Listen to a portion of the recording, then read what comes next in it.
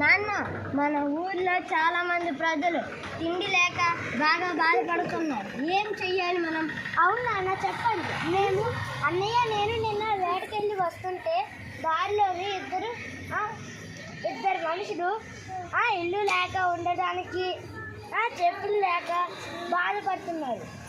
ఏం చేద్దాం చెప్పండి.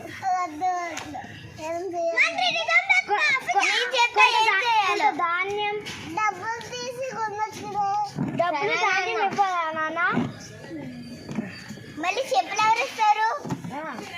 చెప్పులు. తన పేరేంటి గుర్తురావట్లేదు? మంత్రి గారు. మనం వెళ్ళాం కదా నిన్న వేటకి. అందులోని ఇద్దరు బాగా లేరు కదా, వారికి కొంత డబ్బు ఇంకా నాణ్యం వెళ్ళి ఇవ్వండి, సరేనా? చెప్పులు. అమ్మ నాన్న మీరిద్దరూ పక్క పక్కన కూర్చుంటే నాకు ఒక పాట పాడాలనిపిస్తుంది. అన్నయ్య పాడదామా?